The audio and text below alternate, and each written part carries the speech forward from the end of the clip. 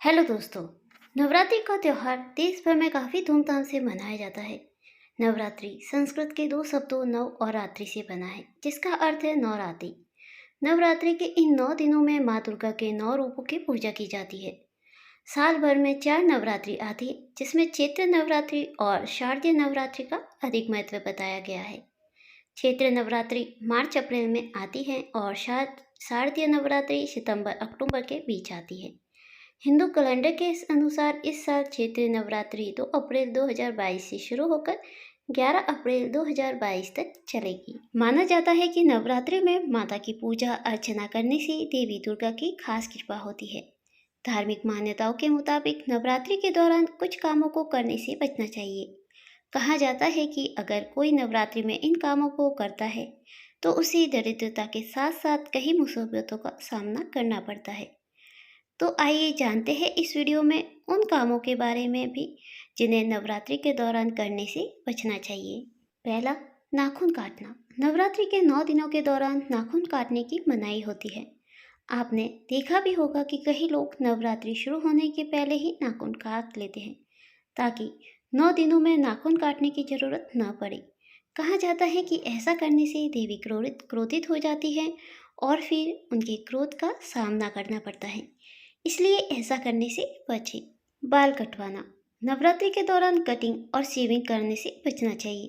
कहा जाता है कि नवरात्रि के दौरान बाल कटवाने से भविष्य में सफल होने की संभावना कम हो जाती है, इसलिए 9 दिनों तक बाल और बियर्ड कटवाने से बचें। नॉनवेज खाना। 9 दिनों में देवी दुर्गा के अलग अलग रूपों की पूजा होती है।